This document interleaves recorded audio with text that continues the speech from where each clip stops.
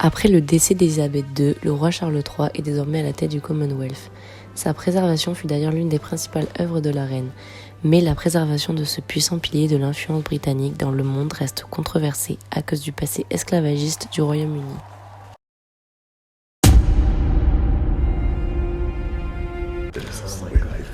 Certains États souhaitent se détacher du Commonwealth. Australie, Nouvelle-Zélande, Jamaïque, Belize, Grenade. Une quinzaine de pays dans le monde restent des monarchies constitutionnelles qui ont pour dirigeant désormais le roi Charles III. Certes indépendantes, ces nations continuent de fonctionner sur les bases du parlementarisme britannique.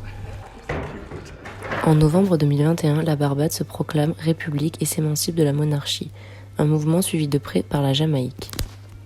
À l'occasion de la visite du prince William sur l'île en mars dernier, le Premier ministre Andrew Holness a déclaré que la transition de son pays vers un État républicain est inévitable.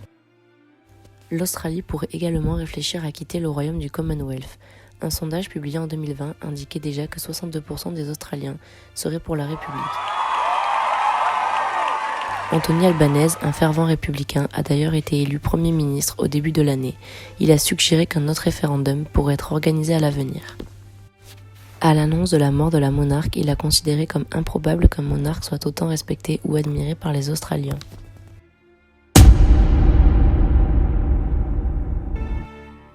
Le décès de la reine Elisabeth a ravivé un débat sensible sur le passé colonial aux Caraïbes, mais aussi en Afrique anglophone, notamment sur le rôle de la reine comme chef d'État durant la domination britannique. Sa mort survient à un moment où les pays européens sont sous pression pour assumer leur histoire coloniale, expliquer leurs crimes du passé et restituer les objets africains volés, conservés pendant des années dans des musées. De plus en plus de pays du Commonwealth se posent d'ailleurs des questions sur leur désir d'indépendance afin de se détacher de ce passé colonial, qui pour certains est trop lourd à supporter.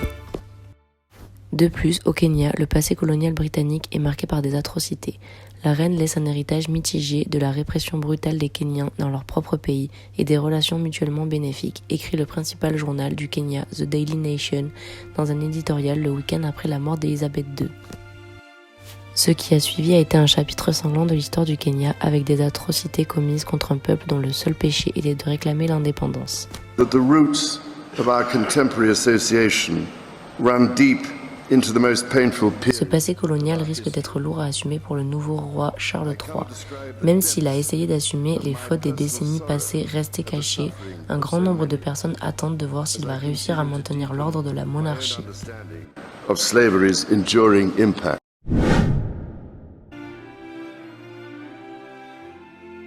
Compétition multisport organisée tous les 4 ans et réservée aux pays membres du Commonwealth, les Jeux du Commonwealth peuvent paraître semblables à des Jeux olympiques, bien que certains sports soient spécifiques aux nations engagées. En juillet 2022, la ville de Birmingham a accueilli la 22e édition des Jeux du Commonwealth. Pour la première fois, ces Jeux ont eu la volonté d'être les plus éco-responsables possibles. Avec cette édition, le Commonwealth agit concrètement pour le climat. De par sa puissance, il est un acteur important du réchauffement climatique, car si le Commonwealth regroupe des grandes puissances du G20 comme la Grande-Bretagne, le Canada, l'Inde ou l'Australie, l'organisation compte aussi dans ses rangs des petits pays insulaires pour lesquels le réchauffement climatique est une menace imminente. Certaines de nos îles dans l'océan Pacifique et les Caraïbes seront les premières à être touchées et risquent de disparaître. C'est pourquoi la question du changement climatique est fondamentale pour le Commonwealth, explique à l'AFP la secrétaire générale de l'organisation, Patricia Scotland.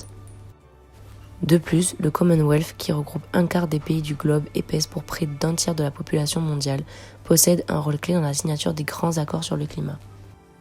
C'est nous qui donnons le coup d'envoi de cette course contre le réchauffement climatique, se vante Patricia Scotland. Le Commonwealth veut être la plateforme par laquelle transitent les idées. Un des défis du Commonwealth est et sera d'inciter ses États membres à des actions climatiques précises. Now gives me the greatest pleasure to declare the 22nd Commonwealth Games open. Pour finir, l'écologie et la durabilité ont toujours suscité l'intérêt du roi Charles III.